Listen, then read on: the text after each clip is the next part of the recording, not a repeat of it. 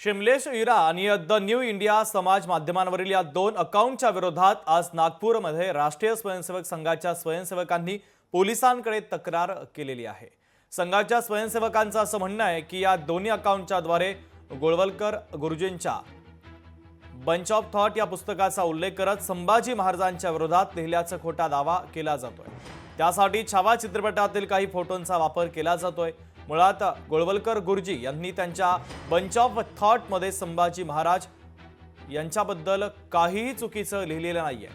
मात्र समाज माध्यमांवरील या दोन्ही अकाउंटद्वारे गेले अनेक दिवस सातत्याने गुरुजींबद्दल आक्षेपार्ह लिखाण केलं जातंय। सोबतच संभाजी महाराज यांच्याबद्दल देखील चुकीची माहिती पसरवली जाते। त्यामुळे पोलिसांनी या दोन्ही अकाउंट चालवणाऱ्या व्यक्तींना शोधून त्यांच्या विरोधात कठोर कारवाई करावी अशी मागणी आता संघाच्या स्वयंसेवकांनी केलेली आहे।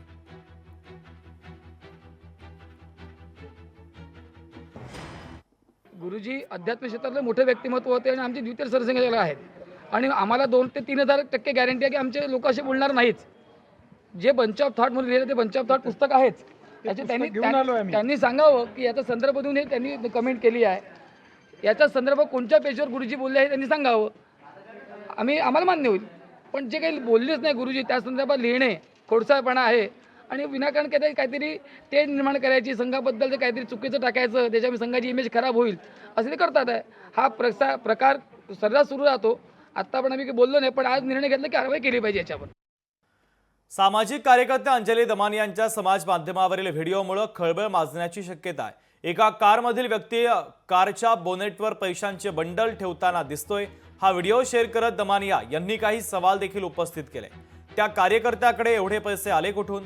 हाच तो सतीश भोसले आहे का? असा सवाल देखील दमानिया यांनी उपस्थित केलाय। त्याबरोबरच कोण आहे हा, कुठून आले एवढे पैसे असे विचारत अटक करा या माणसाला अशी मागणी देखील आता सामाजिक कार्यकर्त्या अंजली दमानिया यांनी केलेली आहे।